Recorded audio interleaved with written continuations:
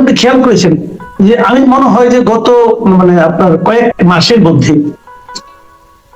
আমাদের দেশের রাজনৈতিক পরিস্থিতি নিয়ে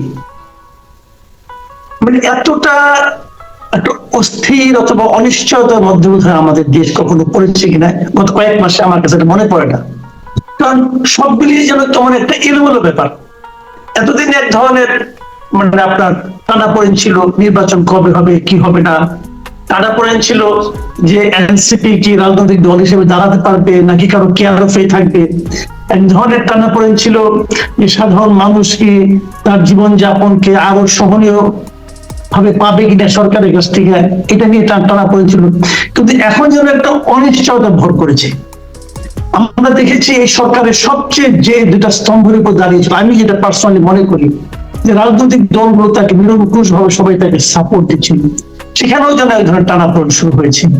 এক দল আরেক দলের বিরুদ্ধে বিষোদ্গার করছে। এর মধ্যে করিডোর নিয়ে, ভোট দেওয়া নিয়ে, মব লিঞ্চিং নিয়ে, এগুলো নিয়ে দেখো সেনাবাহিনীর একটা ভূমিকা রাখার চেষ্টা করছে। সেনাবাহিনীর ভূমিকাকে আবার কেউ কেউ আপত্তিকর বলে কথা বলছেন। সবশেষ যে জিনিসটা আমরা শুনলাম সেটা হলো যে একজন পলিটিক্যাল লিডার জানালেন আমাদেরকে যে প্রধান উপদেষ্টা পদ থেকে নাকি ডক্টর ইউনূস পদত্যাগ করতে চাচ্ছেন, নাকি থাকতে চাচ্ছেন না। এই সব মিলিয়ে আপনার বিশ্লেষণটা কি এই সময় রাজনীতি নিয়ে? আপনাকে ধন্যবাদ, দর্শক শ্রোতাদেরকে ধন্যবাদ। আপনি যথার্থই বলেছেন যে আমাদের রাজনীতিতে হঠাৎ হঠাৎ করে কতগুলো বাঁকের যে পরিবর্তনটা ঘটে এবং যে পরিবর্তনে একদিকে অনেকগুলো প্রশ্ন তৈরি করে, আবার আমাদের রাজনীতি, অর্থনীতি এবং সমাজ জীবনকে ঝাঁকে দিয়েছে। গত এক বছর ধরে বাংলাদেশ একটা ভিন্ন ডাইমেনশনে অনেকগুলো চ্যালেঞ্জের মুখোমুখি হয়েছে। তার মধ্যে সব থেকে বড় পরিবর্তন যেটা, যে একটা রক্তাক্ত অভ্যুত্থানের মধ্য দিয়ে আমরা ১.৫ দশকের একটা স্বৈরতান্ত্রিক শাসন ব্যবস্থার অবসান ঘটিয়েছি। আমাদের যে প্রত্যাশার জায়গাটা ছিল যে আমরা ওই শাসনের বিপরীতে একটা সহনশীল গণতান্ত্রিক শাসনের দিকে আমরা ফিরে যাব, এবং এই কাজটায় নেতৃত্ব দেওয়ার জন্য আমরা এমন একজন মানুষকে পছন্দ করলাম সারা পৃথিবীতে, যার একটা পরিচিতি আছে এবং সমাজের মধ্যে একটা বিরাট অংশের কাছে তাকে নিয়ে অনেকগুলো আশা এবং আকাঙ্ক্ষা আছে। সেই বিবেচনায় আমার কাছে মনে হয় ৫ই আগস্টের পর জাতিকে নেতৃত্ব দেওয়ার জন্য ডক্টর মোহাম্মদ ইউনূস পারফেক্ট লোক ছিলেন এবং তিনিই ছিলেন বেস্ট। কিন্তু গত ৯ মাসে আমরা যেটা দেখতে পাচ্ছি, প্রথমত একটা চক্র বাংলাদেশের একের পর এক ইস্যুকে সামনে এনে একটা অস্থিতিশীল অবস্থা তৈরি করছে, যারা পরিচয় দিচ্ছে জুলাই অভ্যুত্থানের শরীর হিসাবে, এমনকি যাদের মধ্যে একটা বিরাট অংশ সেই অভ্যুত্থানে একেবারে প্রথম কাতারে থেকে নেতৃত্ব দিয়েছে, এটাও অস্বীকার করা যাবে। আবার আমরা যাকে বেস্ট সিলেকশন, তারও বেশ কতগুলো সীমাবদ্ধতার কারণে আমি যেটা দেখতে পাচ্ছি যে আমাদের সেই সম্ভাবনাটা আবার নতুন করে একটা সংকটের মুখে গিয়ে পড়েছে। ডক্টর মোহাম্মদ ইউনূসকে আমরা যে জায়গাটায় বসিয়েছিলাম, আমরা ভেবেছিলাম তিনি সবার হবেন, কিন্তু পরবর্তীকালে আমরা দেখতে পাচ্ছি এই জায়গাটায় আমাদের প্রত্যাশার জায়গায় অনেকগুলো জায়গায় নতুন নতুন প্রশ্ন তৈরি হচ্ছে। নিজের কতগুলো সুযোগ সুবিধা সবার আগে নেওয়ার ভেতর থেকে তার প্রতি মানুষের যে আস্থার জায়গাটা, তার একটা চেঞ্জ হয়েছে, এবং দেশের মধ্যে সুশাসন ফিরিয়ে আনার জন্য তার যে টিম ওয়ার্কটা দরকার ছিল, সেই জায়গাটায় আমি বেশ অনুপস্থিতি লক্ষ্য করছি। আপনি একমত হবেন যে সরকার চাইলে আইন শৃঙ্খলা পরিস্থিতি, বিশেষ করে মব সন্ত্রাস, এটি বন্ধ করার জন্য সরকারের পক্ষ থেকে ন্যূনতম কোনো ভূমিকা রাখে। প্রতিহিংসার যে রাজনীতি, এটিকে বন্ধ করা যায়নি, বন্ধ করার চেষ্টাও হয়নি। ধানমন্ডিতে যেদিন ৩২ নম্বরে বুলডোজার গেছে, তখন সরকারের পক্ষ থেকে যে ধরনের উদ্যোগটা থাকা দরকার ছিল, সেই উদ্যোগটা আমরা সেখানে দেখি। এবং এখন এসে দেখছি সমাজের এই যে প্রত্যাশাটা সরকার এবং সরকারের টিম লিডার হিসাবে ডক্টর মোহাম্মদ ইউনূস এটিকে পূরণ করতে পারেননি, অথবা তিনি তার সরলতা বলেন, তার পূর্বের অনভিজ্ঞতা বলেন, নানা কারণেই হতে পারে, তিনি এই যে পালসটা ধরতে না পারার কারণে আমাদের ট্রেনটা বিপথে যাত্রা করেছে। এবং গতকাল পরশুদিন আমাদের সেনা প্রধান যে সেনাবাহিনীকে গত 5ই আগস্টের পর এই দেশের মানুষ গণ অভ্যুত্থানকে পাহারাদার হিসাবে আমরা যাদেরকে ট্রিট করলাম, গণ অভ্যুত্থানকে সফল করার জন্য যাদের কাছে আমাদের সব থেকে বেশি ঋণ, সেই সেনাবাহিনীর পক্ষ থেকে যে কথাগুলো এসেছে সোশ্যাল মিডিয়ায়, আমার কাছে মনে হয় যে এই যে পরিস্থিতি যারা তৈরি করলেন এবং এর পেছনে পরিকল্পিত কতগুলো ড্রাইভ দিয়ে এরকমের একটি জায়গায় নিয়ে যাওয়া হচ্ছে। আমাদের সেনাপ্রধান যে কথাগুলো বলেছেন তার মধ্যে আমি 4টি বিষয়ে লক্ষ্য করি। একটা হচ্ছে তিনি একটা নির্বাচনের কথা বলছেন এবং নির্বাচিত সরকারের কাছে ক্ষমতা দিয়ে রাষ্ট্র পরিচালনার কথা বলেছেন, আমাদের অখণ্ডতা সার্বভৌমত্ব রক্ষার কথা বলেছেন। তৃতীয়ত জননিরাপত্তার কথা বলেছেন, বিশেষ করে মব সন্ত্রাসকে তিনি অ্যাড্রেস করেছেন, যদিও তার সেই কথার পরে সেই মব সন্ত্রাসের ঘটনা দেশের 3টি জায়গায় ঘটেছে। আর সর্বশেষ তিনি সেনাবাহিনীর সাথে সরকারের দূরত্বের কথা বলেছেন। আমি একটা জিনিস একটু বলতে চাই, সেনাবাহিনী যে মব সন্ত্রাসের কথা বলেছে, এর নিয়ে উদ্বেগ প্রকাশ করেছে। তো এতদিন তো সেনাবাহিনীর হাতে এক ধরনের ম্যাজিস্ট্রেসি পাওয়ার ছিল। আমি যদি ওটা প্রশ্ন করি, একজন জনগণ হিসেবে যদি প্রশ্ন করি, সেই মব সন্ত্রাস দমনে সেই ম্যাজিস্ট্রেসি ক্ষমতা প্রাপ্ত সেনাবাহিনী কি ভূমিকা রেখেছে? এটা খুবই যৌক্তিক প্রশ্ন। আমার কাছেও এই প্রশ্নটা মনে হয় যে তাদের অ্যাকশনের জায়গাটা দৃশ্যমান ছিল না কোথাও।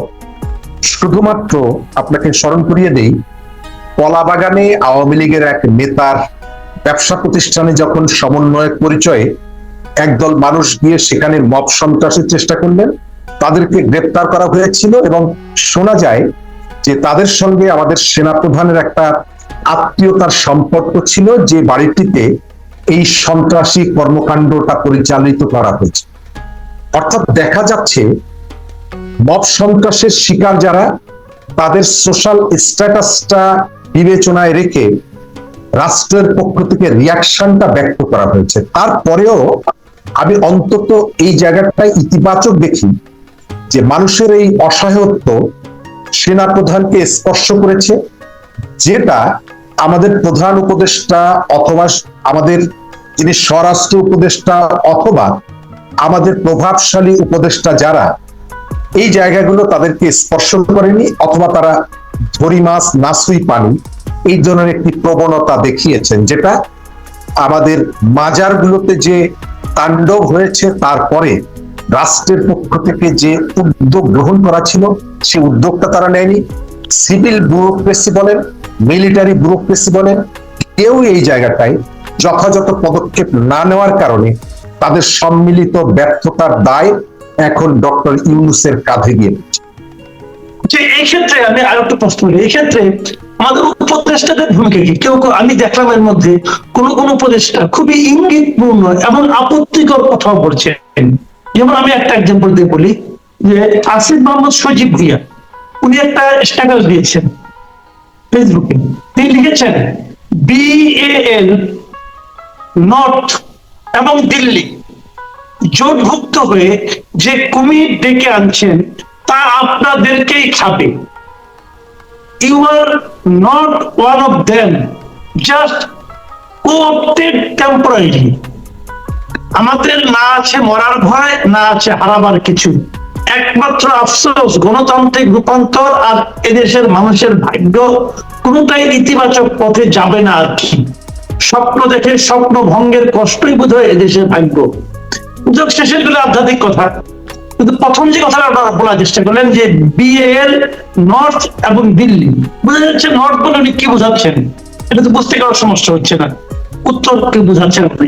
তারা নাকি জোট ভুক্ত হয়ে কুমির ডেকে আনছে, যে কুমির নাকি আমাদেরকে খাবে, এবং তাদেরকে সাময়িকভাবে কোঅপ করা হয়েছে। এই ধরনের কথা যে সরকার বলে, কারণ সরকারের একজন উপদেষ্টা মানে সরকারেরই বলার কথা, এটা তো উনি তো সরকারেরই পার, তিনি যদি বলেন তাহলে এটা কি অর্থ দাঁড়ায়?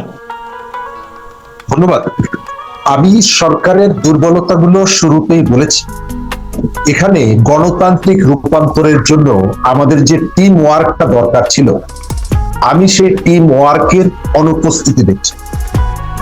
আপনি যে উপদেষ্টার কথা বলেছেন, তিনি কিন্তু এটাই প্রথম না, এর আগেও একবার সেনাবাহিনীকে জড়িয়ে তিনি এই ধরনের মন্তব্য করেছিলেন, এবং তারপরে তাদের মধ্যে পরস্পর একটা বিভাজনও তৈরি হয়েছিল আজ থেকে মাস দুয়েক আগে।